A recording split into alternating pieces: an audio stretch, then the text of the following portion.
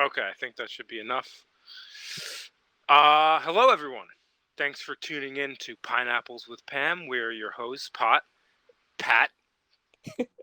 Andrea.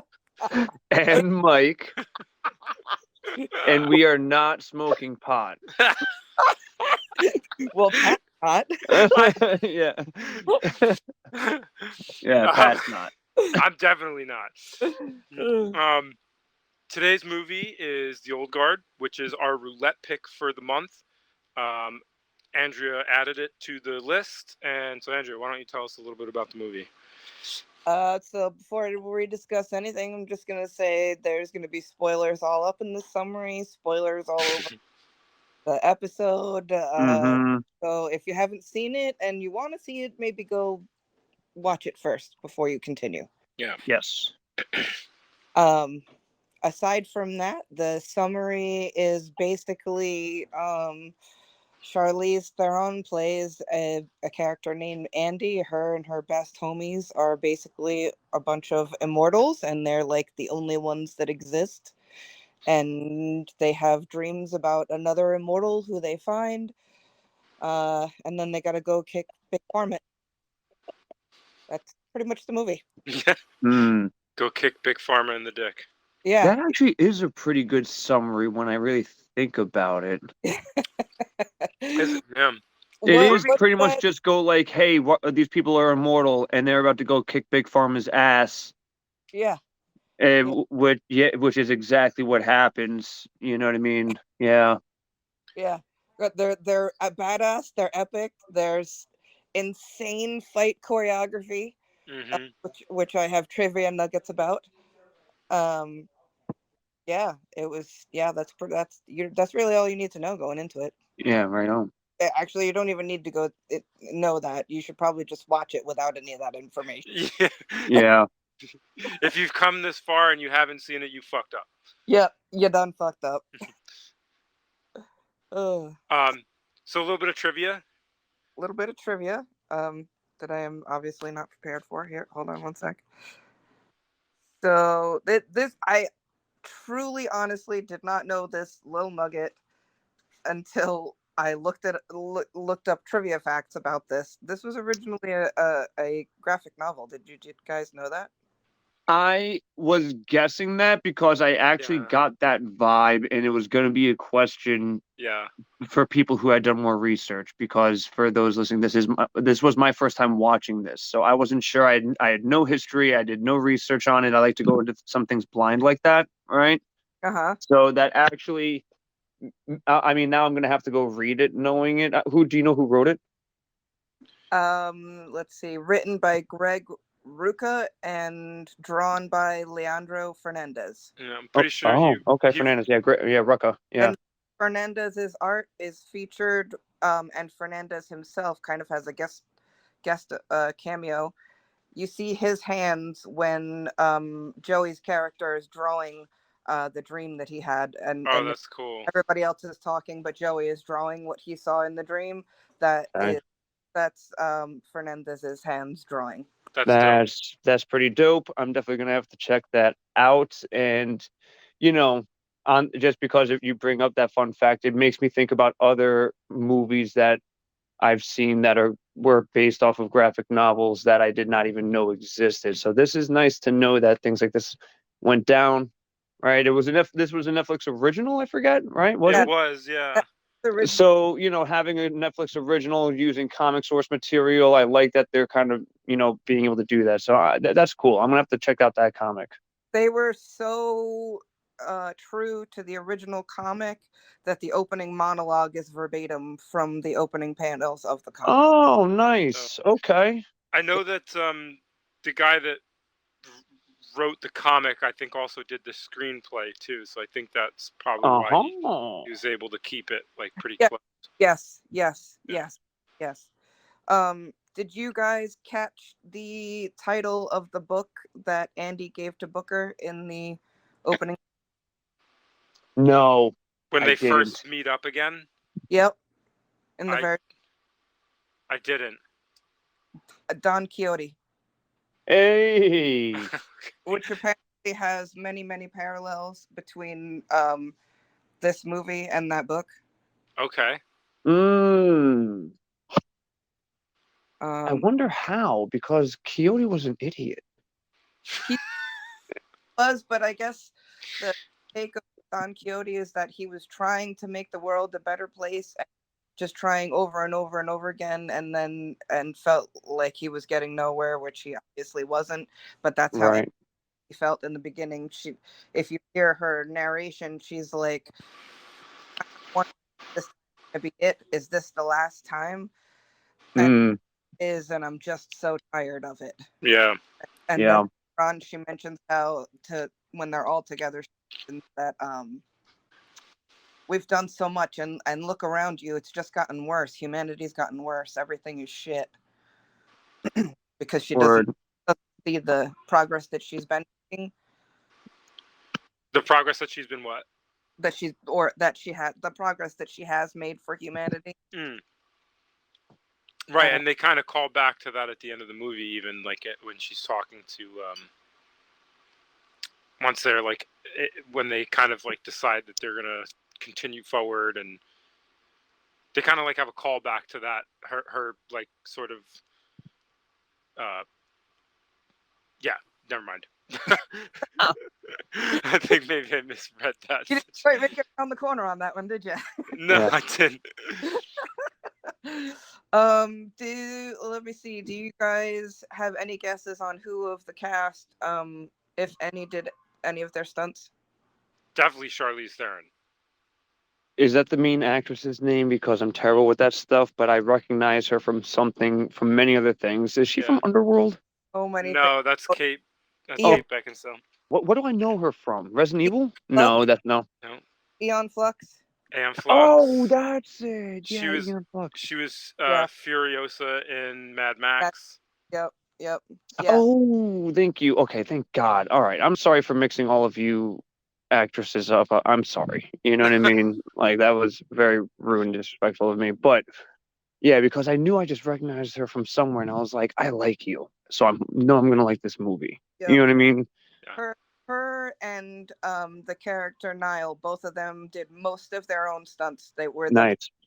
And you could really tell, I thought, in the cinematography, the wide shots of the fighting, it wasn't all with their hair over their face. Yes. Their faces. Yeah.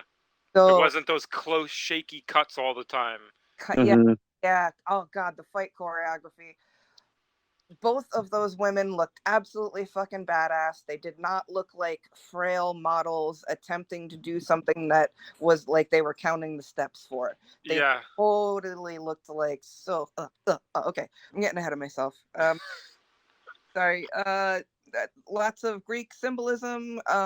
If you notice, Andy's when it says her name in the beginning, I do not want to butcher it, and Andromache or whatever from the.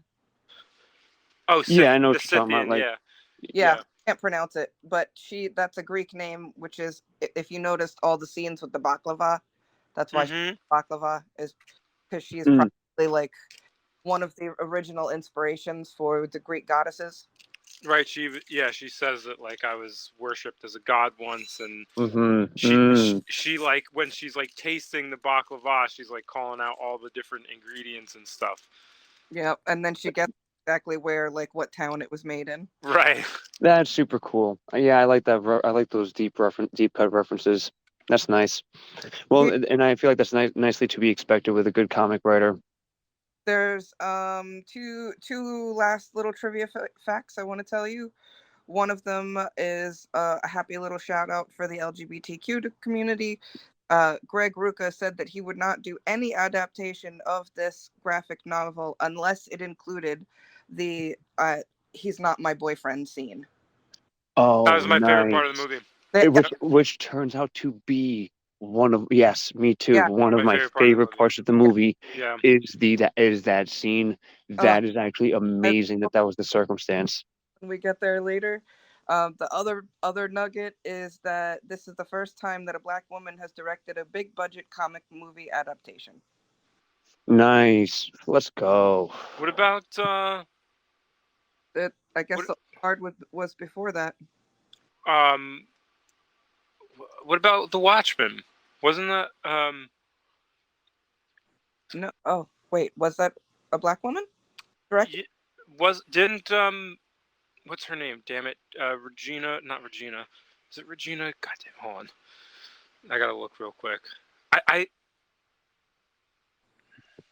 show the Watchmen show. Come on.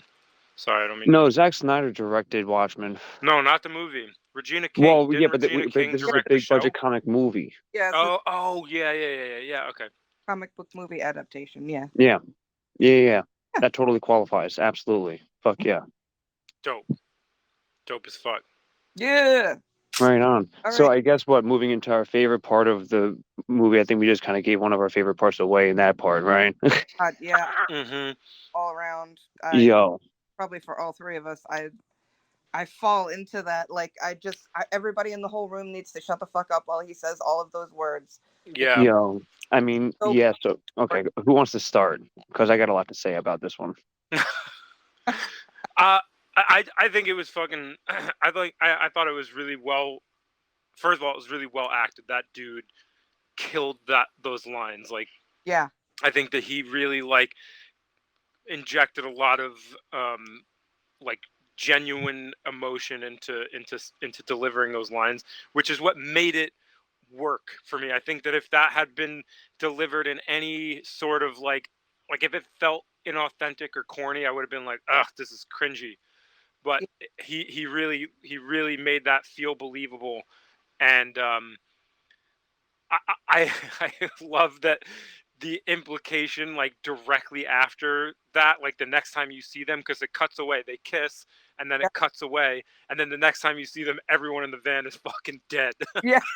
I thought that that's so good. I love that. Oh, well, and I love what that part also insinuates, which is just like, both that, like, no matter how romantic or, like oogly they might be to each other, they are still brutal motherfuckers and do not give a shit. And I think that the movie did a great job at nailing that. But in this part particular, it's one of those things where it's like, it kind of that part just kind of stole the scene, and it made me want to. I had never seen those actors before. Oh yeah, and it makes me want to, like, now anytime I see them, I'm going to be fucking stoked, because those two characters. Well, it was Joe and Nikki, right? Mm-hmm. Yeah. Joe and Nikki to me were my two favorite characters in the movie throughout, and I liked a bunch of the characters, but overall they to me were like the I really look forward to every scene that really involved the two of them together. Yeah. Yes. I agree. Yeah, very much. Yeah. But the thing that stands out most to me with that scene that I love so much is that they're not the stereotypical gay couple. And I feel like their love transcends any label. Like they have been alive for so long that like they didn't have words for like gay and straight and non-binary and cis and trans, and like they didn't have all of that. So their love like is just natural. It is just just so pure. Yeah, just like the most pure thing ever. It's just God. It makes you. It has no boundaries. It has no limits. It is. If anything, one of the downsides to me, and I guess I could touch on that later, but when it came down to some of the later parts of the movie that would happen, that actor, and I forget his name, who played, was Joe the bearded guy? Yeah, Joe is the bearded guy. His name is Marwan Kenzari. Ooh, Marwan, nice name, bro. His name is Luca Marinelli because he's Italian. Nice. Oh, I love that. Well, first off, so here's the thing. Another aspect of the movie that I enjoy, not to take away from the scene per se, because it kind of falls in line with it, but the way that they incorporate the history of those two characters together as it intertwines with the overall narrative, like, out of the whole band of four that you have, two of them would be lovers. You know what I mean? There's so many beautiful subtleties in this movie. Like that, like exactly like what you're talking about. Yeah. Yeah, and me personally, it didn't even didn't feel shoehorned or anything like that. No. You know what I mean? No, it felt Like very it natural. felt very natural, and I just love like the whole like how they met, killing each other kind of thing. Like, Times. oh, which bring which I also really enjoyed. I mean, I don't know about you guys, but so when I watched this movie, I went into it blind, right? And I'm so glad you did. I'm not gonna lie. Well, yeah. So I was so pleasantly surprised because I'm not gonna lie. In the beginning, some beats felt a little cheesy and kind of like rushed through, Yeah. which is what made me automatically ask myself if this was a comic book movie because some of the shots and like just some of the dialogue of just like you said we never do same clients again. Yes. You know what I mean? Yeah, it's And the then like movie is the definitely look, like and then Joe and Nikki. You know what I mean? it's that's actually like probably my biggest gripe with the movie is that it is pretty predictable because it's Yes. kind of tropey, Yeah. and it has that like Netflix. It has that Netflix original special look to the cinematography. So it feels like it's going to be generic, but it's not super generic. It has No, like it's it has not. its own charm, and Yeah. I think that Yeah. my biggest gripe is that it feels like it's generic, but it isn't. And No, if it's it had been absolutely isn't. made by like a different studio, or if it wasn't a Netflix special, I feel like it wouldn't have those things. It wouldn't have that kind of tropey feel to it. It would be Yeah. a totally different movie, I feel like, if it came from anywhere else. You know what I Look, mean? I'm happy that the movie is what it is. It's just that it's something that I feel like comic book movies will always suffer from in translation if not done absolutely perfectly, right? I mean, I Be- didn't even know it was a comic book movie until today. And Well, but the ironic thing is those were literally the beats that made me ask myself if this was a comic book movie. You know what I mean?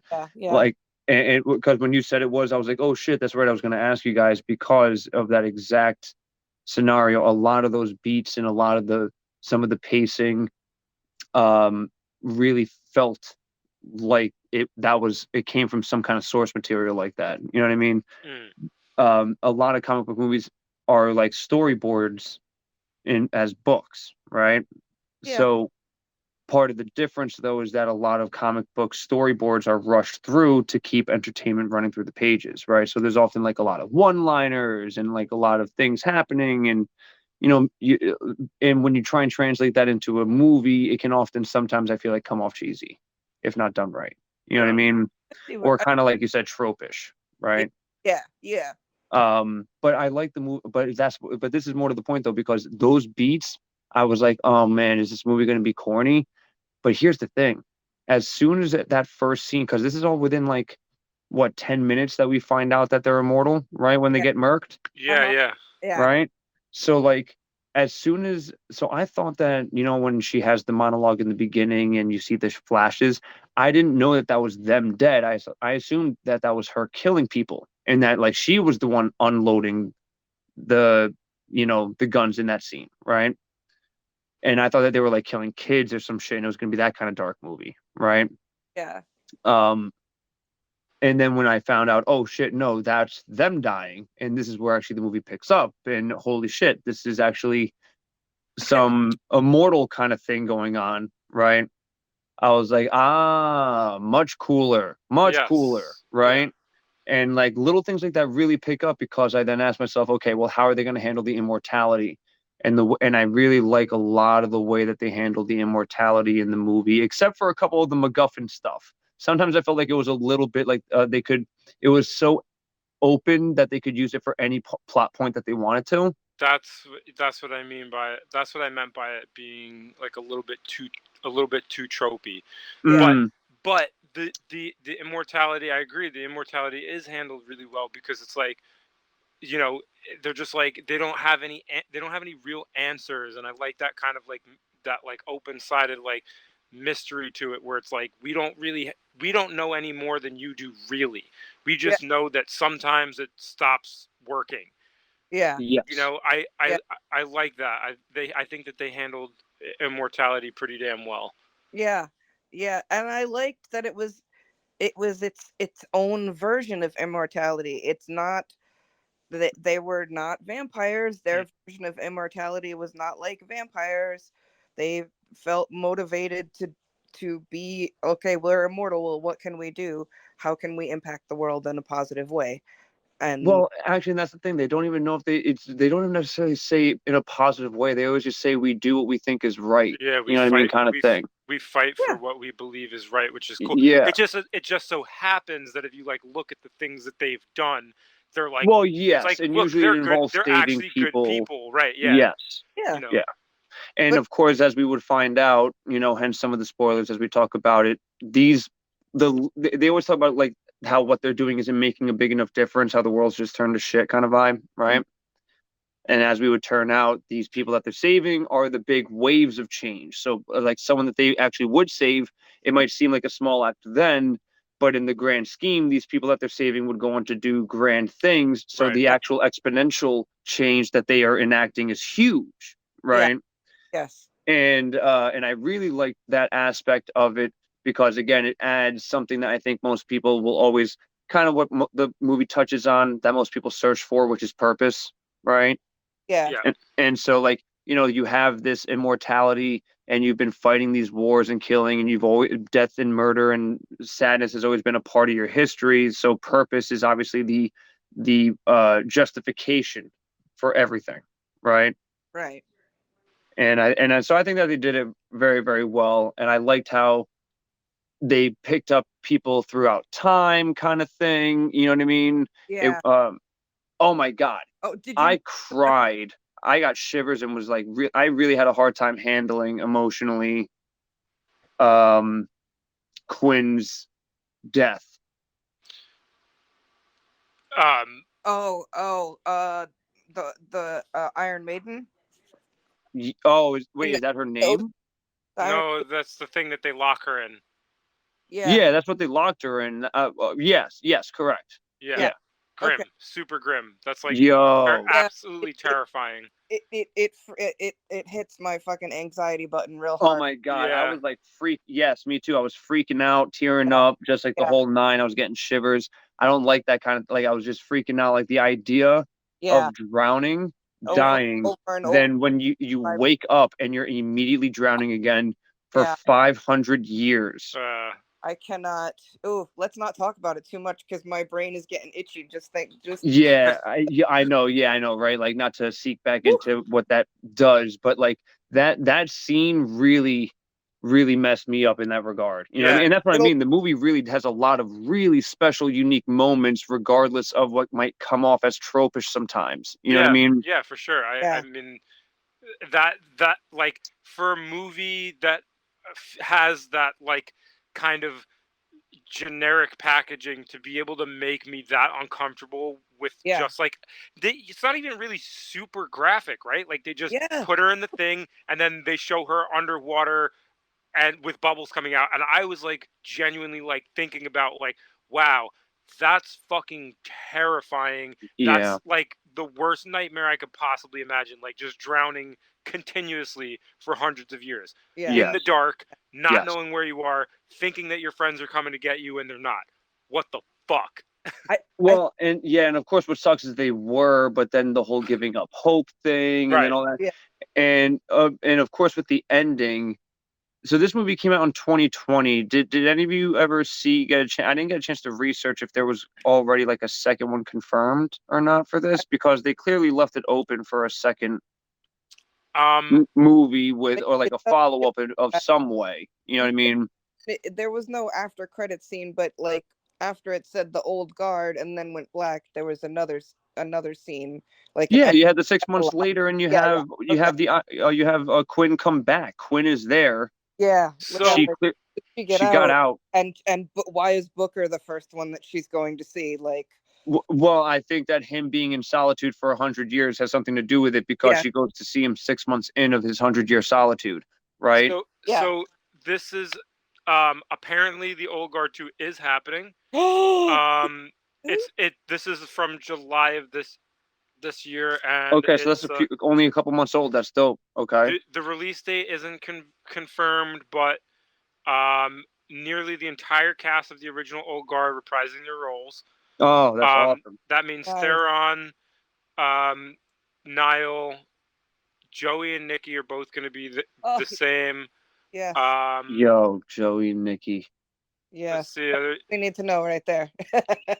Yeah, right. Uma Thurman's going to be in the new one. No way.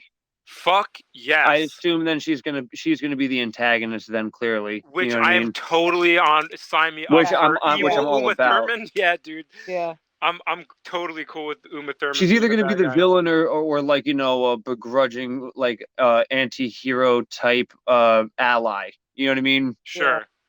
Like what do you call that? Like uncommon ally? Anti-hero, like an anti-hero. No, but what you know what I'm talking about? Where like you meet someone upon a journey and like you normally wouldn't be friends, but you turn out to have you know what I'm saying? What's that term? It's like uncommon ally. Let's see.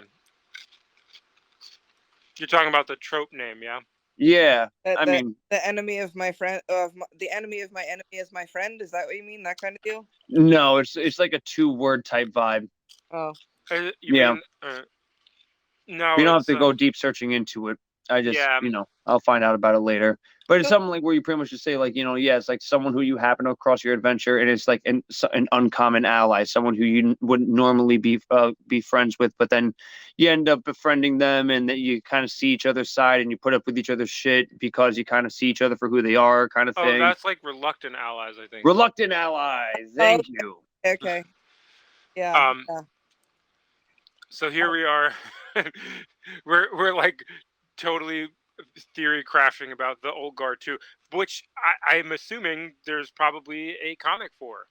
If they, you know. Yeah, I wonder if they're gonna. It was a comic miniseries, and I believe there was 2 series. It had 2 runs, so 2. Okay. So then if they're probably gonna do what? So I mean, they may do what they did with Red and Red 2. Which, just as a side fun fact, as far as comic-related movies, Red and Red 2 with Bruce Willis and Morgan Freeman and all those cats, right? That's based on a Warren Ellis comic, and Red was like a 3-issue, like it was a short series. So they like the first movie took place for the first half, and then the second movie took place in the second half, and then there haven't been any more Red movies. You know what I mean? Yeah, and I think that this is the same deal. Word, yeah, that could be cool. Yeah. The beautiful subtleties of this movie. This is kind of pretty much my favorite thing about the whole movie is like how many subtleties there are in like from the CGI to the relationships to like so many just like little small things. In the beginning scene, did you see Charlize's pupils dilate when she's coming back to life? Yes. Yeah, I didn't catch that one the first time around. Oh, but I caught that. Yeah. Like lovely, subtle, like the CGI in this was not overwhelming. It was very well done. It was so well done. I don't think people think about it. Yeah, it's not like the only one that was pretty obvious was the fall at the end. Yeah, her fingers. Yeah. But even not even the fingers. Just like even them falling, kind of, you know, was pretty.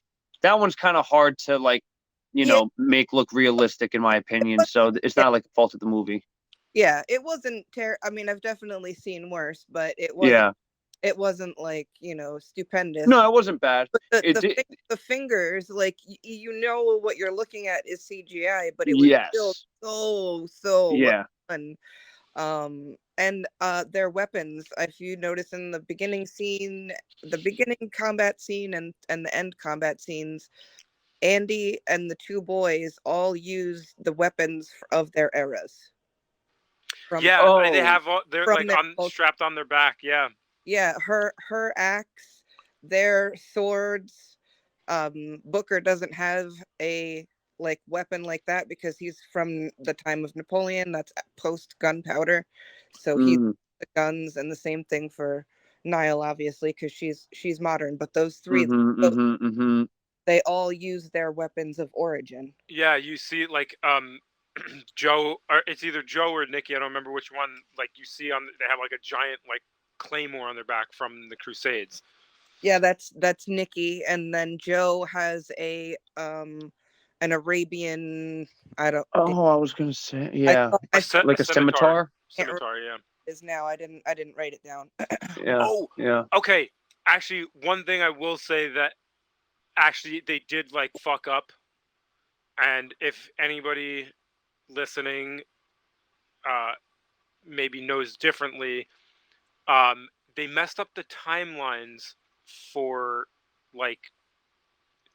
Hold on, I put this in my notes. Um,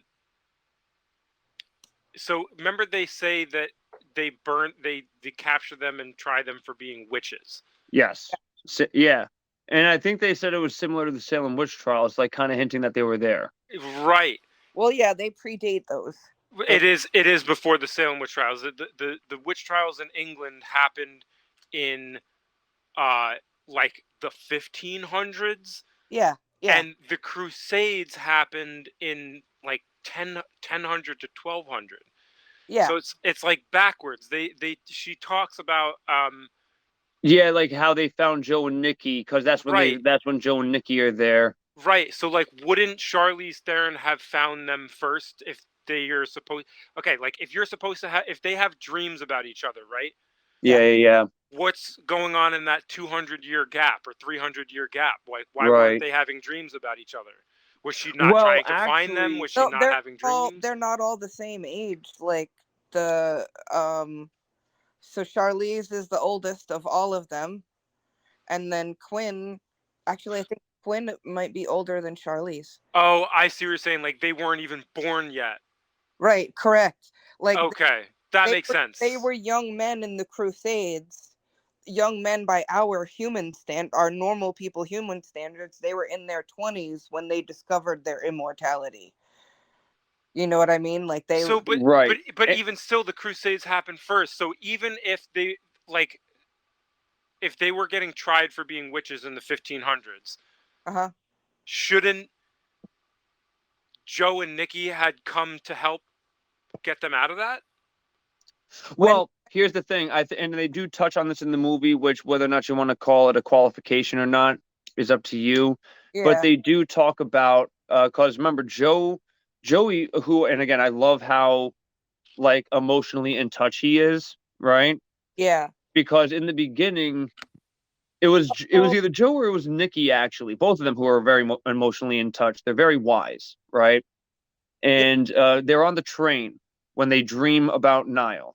And either Joey or Nikki mentions, you remember how lonely we were and how confused we were. Right. For all those years, kind of thing, before we found each other. So kind of hinting at the fact that Joey and Nikki existed as immortals and they were dreaming about each other for centuries. And then, but they ended up getting drawn to each other, as they said, because, for like, probably taken longer to find each other than they didn't have like modern transportation. There's only a couple 100-year period based off of that you're trying to fill the gap on, and based off of that descriptor, I think that is a good enough gap filler where they were immortal, lonely, freaked out, right? They were dreaming of each other, they didn't know what was going on, and then eventually they're finding each other over time. Right. Also, they do spend time apart. Remember in the beginning when they're saying that they like have rules that they like, in the way that they do things. Yes. Yeah, but that wouldn't have affected what Pat's talking about, because they were like, pretty much treated as if they were the only two in that witch trial, and that Joey and Nikki weren't around yet. You know what I mean? Is if they were spending time apart, the two boys always got to be together because they were together. And then like when they separate, but Andy and Booker each went their own separate ways, and then the boys would go together because they were together. So so if you kind of like go back and follow that back to the witch times, they might not have known what was going on. Like it might have taken a super long time to get the message to them wherever they were separated. Right. Okay. It could have been a period of separation for them. Right. You know what I mean? Okay. Yeah, I can definitely like accept that. I guess it wasn't. You can jump clear. that leap. Yeah, it wasn't clear, so I. It isn't. It definitely isn't. But yeah. No, I think there's a lot that's left open to both interpretation. There's kind of a whole spiritual determinism to it all, right? Where you're supposed to have faith and doing what's right kind of vibe. And while it's not like superly overly like Christian religious overtone kind of vibe, it certainly has that spiritual faith overtone about, your time comes and you never know when, and there's always like, what I mean? There is kind of that determinism into it. Time and try to do the most good that, I mean, I can see that. I don't think it's necessarily Christian either, but No, it's definitely not Christian. That's what I'm saying. But it definitely is very spiritual, faith driven, because she even says at the end, have a little faith. You know what I mean? Yeah. So it definitely has, and that's something though that I think is always important to always split up, is the difference between religion and like the concept of faith in terms of having a spiritual sense and or just being able to think outside of what you can currently perceive. You know what I mean? Yeah. But and at least this has that in it without it being all like if anything, it's anti-religious in terms of the humans who, of course, are burning them as witches and stuff like that. I would say that the movie is more anti-religious than anything. Correct. Yeah. Real quick, I do want to touch on, because we didn't really mention him. I kind of want to talk about like the evil little doctor guy. Oh, that smarmy little fuck. Dude, he has one of the most punchable faces I've ever seen in my life. Oh my god. And he's so good at playing that like mustache twirly bad guy. He's like, I am evil. Like, it's so convincing. He is. Do you know what else he's acted in? Did either of you look that up? I'm looking right this moment. He did look super familiar, so I know I'm gonna have. He was in Harry Potter. Yeah, he's Harry Potter's cousin, the one that. Oh my god! Oh my god! He's the uncle's, like the shitty uncle's son. Yeah. Oh my god! And he plays, and in the Old Guard, he plays that universe's version of Martin Shkreli, and I want to punch No, I mean, well, that's so I thought he played a phenomenal villain. Wow, he looks so different. Okay, but I did, because of what we had mentioned earlier in terms of some of these, certain tropes kind of existing and were kind of predictable in certain aspects, right? Like I knew that he was going to be like, yes, but money. Yeah. You know what I mean? Capitalism's the real bad guy in this movie. Like, all he needed was the Mr. Burns finger tapping with that. Yes, exactly. And like, that's the thing. It's obviously he always uses like, the helping people as kind of like the entry to his evil, you could help a lot of people, will I profit off of it kind of thing, right? And outside of that, though, he has some great lines, and he plays the role very well. You know what I mean? He does. So many plays in this movie, so many good lines. Yes. Oh my God, there really are, and that was there really are a lot of good lines in the movie. And of course I can't like instantly quote them right now, but throughout the movie there were several times where I was like, ooh, that's good. Yeah. You know what I mean? Fucker, that's a good one. Which one? Play dead, motherfucker. Yes. Oh my. Well, first off, that scene, that fight scene with the play dead in Russian was awesome, because that was a well-written scene in terms of how they wanted to navigate that. You know what I mean?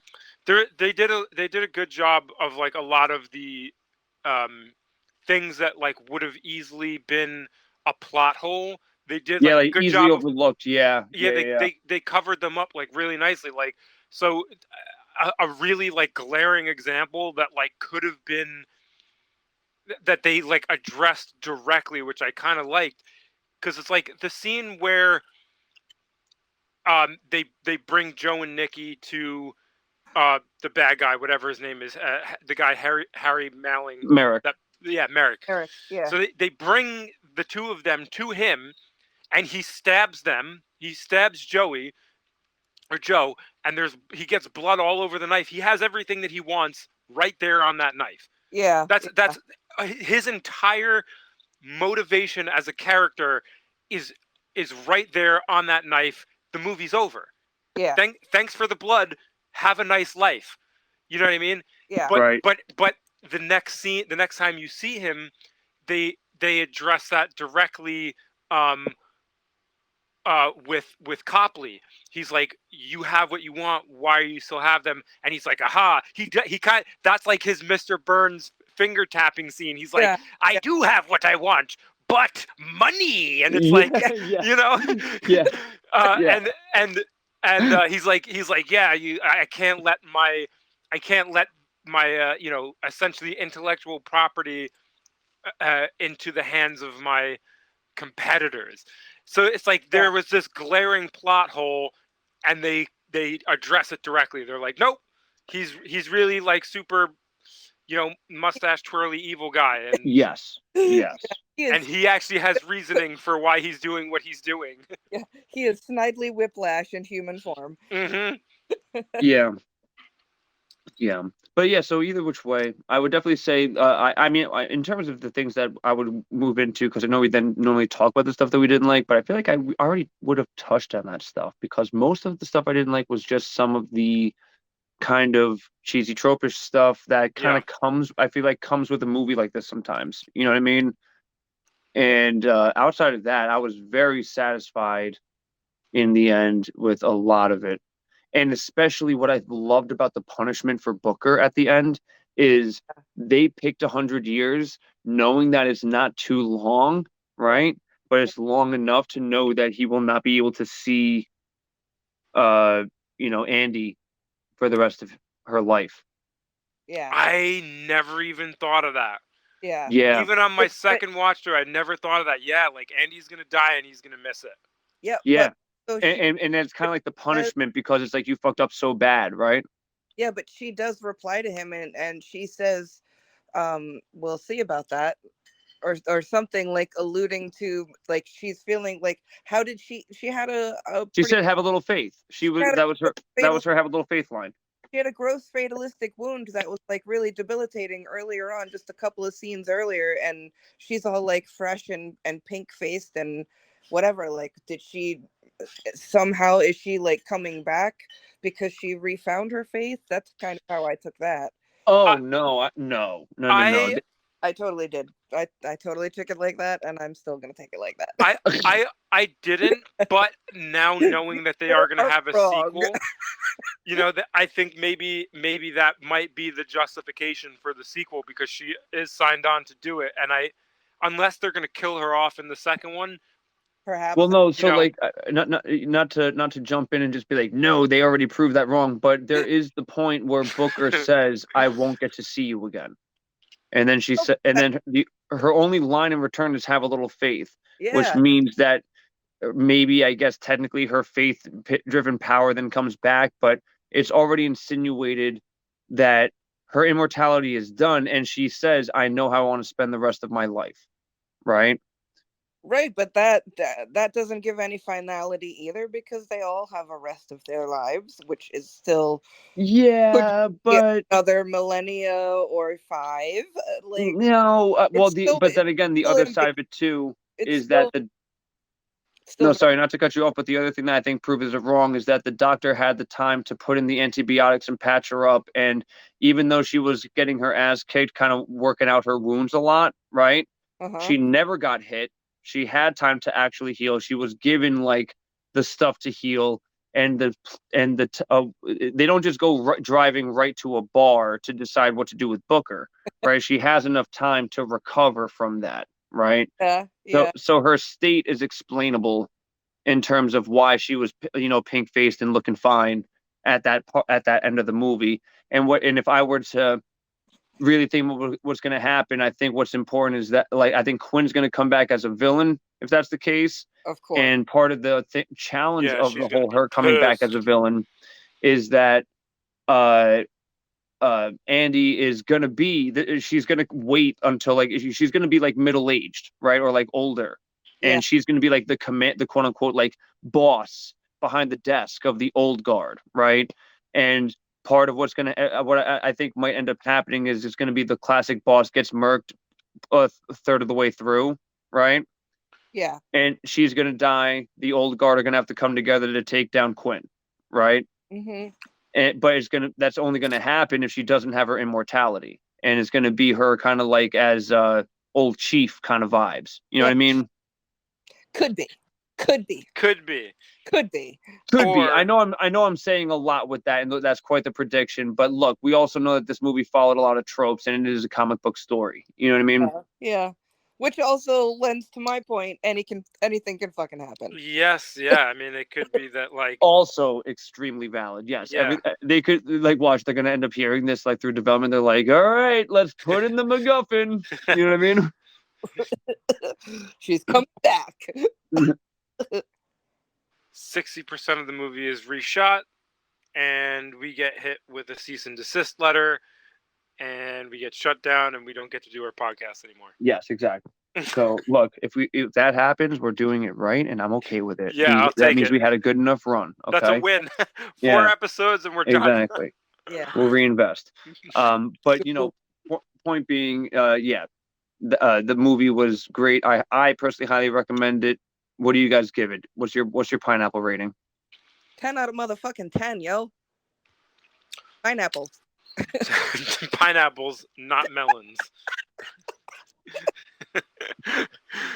I give Layne, why? Because fucking yeah. Did you watch the film? It's 10 out of 10. I give it an 8 out of 10 only because of of some of the Netflixy generic feel that, like, the cinematography had, and some of the generic tropiness, but because it does, like, kind of rise above those things, because especially the tropiness, and because Charlize Theron is such a fucking badass, it's definitely an 8 out of 10 for me.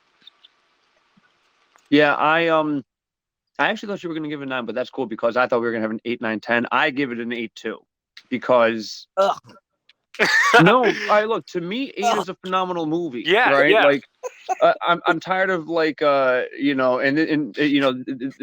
this goes more against, like, game reviewers.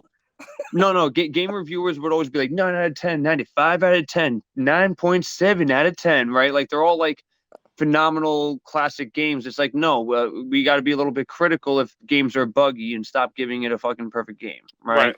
And similarly, so in this case, if I'm giving it above a 6 or a 7, then to me it's a movie that you should be watching. Agreed. You know what I mean? Yeah. And an 8 out of 10 is a movie that you should add to your list and plan to watch it. I think it would be very enjoyable. Obviously, when we talk about 10 out of 10, that's like perfect movie, timeless thing that people talk about for decades, like a Star Wars type vibe. You know what I mean?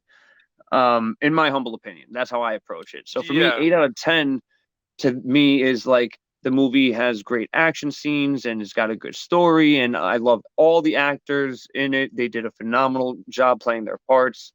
And I recognize even Booker. I recognize Booker from something, but I can't remember what else I recognize him from. And I was like, oh, I love this guy, right? The whole cast, even Copley, everybody. A lot of these people I recognize. So much good stuff, man. Yeah. Copley's been, like, he's been consistently working. He was in this British show called The Shadow Line. That's, like, one of the fucking dopest. It's like a 6-part series that was on BBC. It's brutal as fuck. It's not that traditional American garbage where, like, everybody's happy in the end. It's like everyone fucking dies. There's no satisfaction by the time you reach the 6th episode. He's awesome. Word. Yeah, I definitely was just happy with the casting in this movie for that reason. Yeah, the guy who played Copley, I really enjoyed. I was like, oh yeah, he's in this movie. Awesome, right? So you heard it here, folks. It's unanimous. 10 out of 10. 10 out of 10 across the board. Yeah, there you go. Well, okay, so what with our pineapples, our pineapples in the bag or whatever, I don't know. I don't fucking know. Next week's episode. So before the show, okay, we decided we kind of decided on sci-fi as our next month's as our first themed month, which is going to be next month. And to start it off, I did pick Ex Machina, but halfway through the show, I realized, shit, fuck that. We're going to watch Tron Legacy for our next... We're going to do Tron Legacy as our next week's episode to kick off our month of sci-fi movies. So... God. That's the remake, right? Or the sequel or whatever. The sequel, yeah. Yeah, that's where we get the dude. The dude, there. Man. Yeah, that's right. You know, so all right, I'm down. All right, fantastic. We basically get the Big Lebowski, but in like cyberspace. Oh my God. Okay. Lebowski Legacy. Wait, I'm detecting a tone of... Have you not seen that movie, Andrea? Not willingly all the way through, no. Oh, it's so... Yo, that's amazing. Dredge that care out of Give a Fuck Bay, Andrea, because it's happening. Okay? I lived through the era of the first one and did not like it. Oh, you don't like the original either? No. Oh, yeah. Well, if it's not, that's the thing. If it's not your vibe, it's not your vibe, and that sucks for you. You know. No. I look forward to torturing each other with this. This show. Yeah, because I remember enjoying it, so I'll be able to geek out and poke fun at some of these things. So hopefully you can find something to enjoy about it next week, Andrea. That'll be the goal for you. I'm looking forward to a contentious episode.